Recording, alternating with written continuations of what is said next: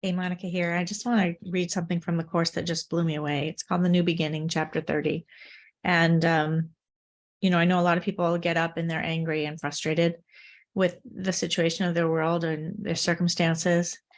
And what I want to share is this chapter 30 really gives us some insight into why we're so angry and what to do about it or not do about it. So it says, "What cause have you for anger in a world that merely waits your blessing to be free?" Right? You're upset over something that's not there. That's lesson 6. I'm upset for something that's not there. I'm putting it there. I'm making it real. I'm causing it. Now, if you can accept that, and you're also bringing the past into your present moment whenever you make up a thought about or reaction to a circumstance and you're telling a story about it. We all do it all the time. Nothing wrong. It's just that it doesn't bring you any happiness to keep trying to fix it or make it better. Your blessing is what's needed. Your blessing, your gratitude for everything you're experiencing right now. Because no matter how dark it is and how upset you are, it's a perfect situation for you to get on your knees and look and ask, how can I see this differently? Not change the circumstance, because you're just going to have another one. Right? Your circumstances are going to just keep changing and changing. And today you have this and tomorrow you have that. And who cares? The point of it is, help me to see it differently is causing you to look at, how can I bless this situation? How can I be grateful for it? Even if it's anxiety producing, which it will be, because you're not in control of everything that's happening in your life. You can't control the world. You can't control what other people say and do and how they behave. You can look at yourself and not control it, but ask for help with it and be grateful for it. Bless it. Bless it as something that you're here to embrace, to embody, and to take it on like it's real. It's a real thing. I need to move through this moment, but not to fix it, to be with it. Just be with it. This is not easy to do. It's a practice. All of this is a practice. Spiritual self-realization is a practice. I promise you, it doesn't just, oh, let me change my mind. Finally, I got something else that I wanted.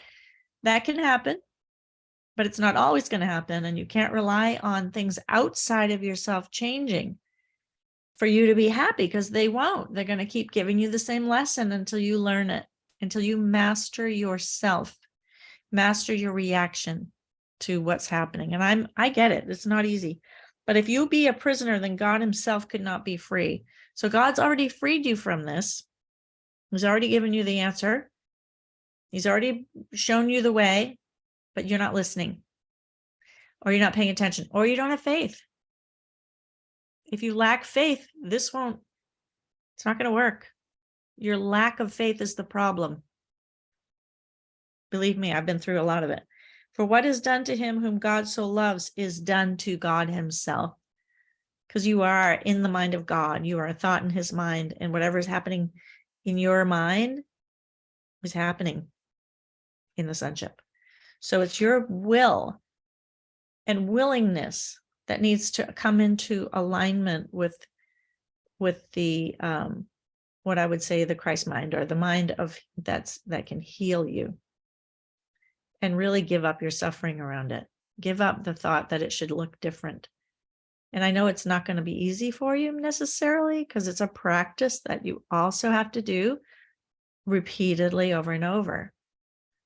And why is that? Because you have a mind that's been trained. You've let it go amok. You've let it be undisciplined. You've let it go into lots of different things and tried a million different things to fix your mind and fix your life, until you get to your place of surrender. Nothing happens. Surrender into the love of God dependency. Okay. So think not he wills to bind you, who has made you co-creator of the universe along with him. God doesn't will you to be bound to anything. He wants you to be free and happy. Do you know that's your only function in time and space, is to be happy? Yeah. And when you're not happy, you're just in opposition to God's will for you. That's what has to be undone. The blocks to the awareness of love's presence. The love of God is within you. It is what you are. You were created in love, by love, for love. That's all you could ever be. And when you're not aware of it, you're in a dream or you're in a state of denial. And that's where all the conflict comes in. So who has made you? He has made you co-creator of the universe, which is your experience of yourself in time and space. That's what the universe is. It's subjective. It's not an objective world. I know that's a big one, but you really have to come back to yourself and realize it's a subjective experience. Singular. He would, but keep your will forever and forever limitless. Why? Because he made you that way. He would keep your will forever and forever limitless. And I can help you with that because I believe in that limitlessness is actually just an embodiment of that state of love, unconditional love for you and everyone and God, of course, right?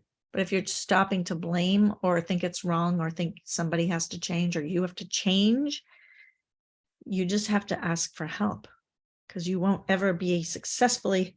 You've already changed yourself into something that denies the truth. Come back to the truth. Come back to the wholeness. Come back to your perfection. Come back to God. Because within your own mind is the answer. You don't have to figure it out. And yes, you may not get there immediately. So what? You've been in the dream for so long. You've been in the denial for who knows how long. As long as you're alive, really. This world awaits the freedom you will give when you have recognized that you are free. So it's a recognition. It's not even a change. It's a recognition that you are already free. And I think that comes from the acceptance of that you didn't create yourself. It's the acceptance that God is the authority, right? And you have, if you're in opposition to God's will for you, you have an authority problem. That's literally what's going on.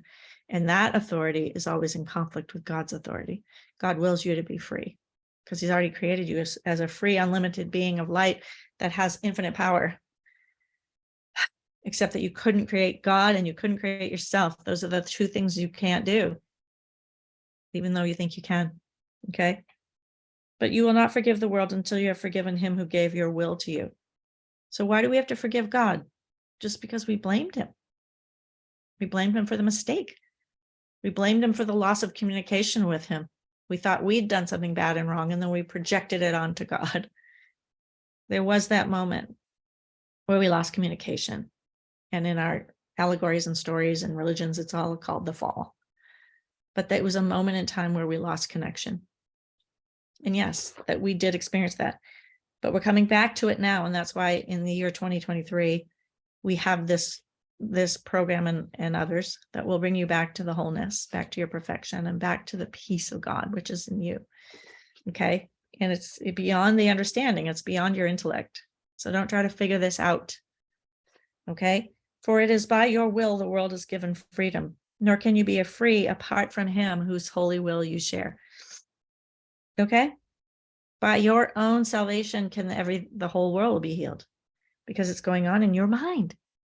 You see?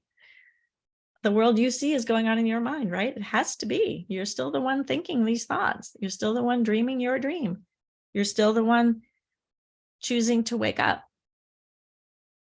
And I want you to choose to wake up and then do what needs to be done. Be obedient to the truth. Be obedient to the mind training. It's time for you to wake up because you chose it. You chose to wake up. Okay. There's so much peace in this message today. I woke up in the middle of the night and I had so much love coming through me because I had given up this guilt, this pattern of guilt that I've had going in my mind forever. And I saw myself relinquish it. And there was nothing but happiness. There was nothing but bliss and joy after that. And I got teary-eyed because I'd wasted so much time believing I was guilty. Yeah, that's the denial. the blame, the self-blame. And that guilt is a story that you've made up. God's already forgiven you. And truly, you're actually, if you look at quantum physics, we're already home in heaven. We're just dreaming of exile. We're dreaming of being separate. So forgive yourself for believing in the dream. That's all. Forgive yourself for believing that you could be separate, that God would allow that. Forgive yourself for the belief that you could die, because this is the truth of everlasting life. Because you're not a body, you're free. You're free. That's what I wanted to share. It's from chapter 30, The New Beginning. It's in section 2. And that's called, let's see, in the blue book, it's called Freedom of Will. Yeah. So I hope this helped you today, and thank you for listening. I really had to share it with you because it was so profound when I heard that I'm not guilty, and I really accepted that. And I mean guilty for the schism, the separation. Yes, I've made mistakes, and yes, I atone for the mistakes I'm making. Totally. Absolutely. And the mistakes are all in my thoughts, right? My thoughts of suffering. And that's what we're undoing, is the thought system of suffering and guilt and pain. Okay. Hope this helps you. Thank you so much for listening. Bye for now.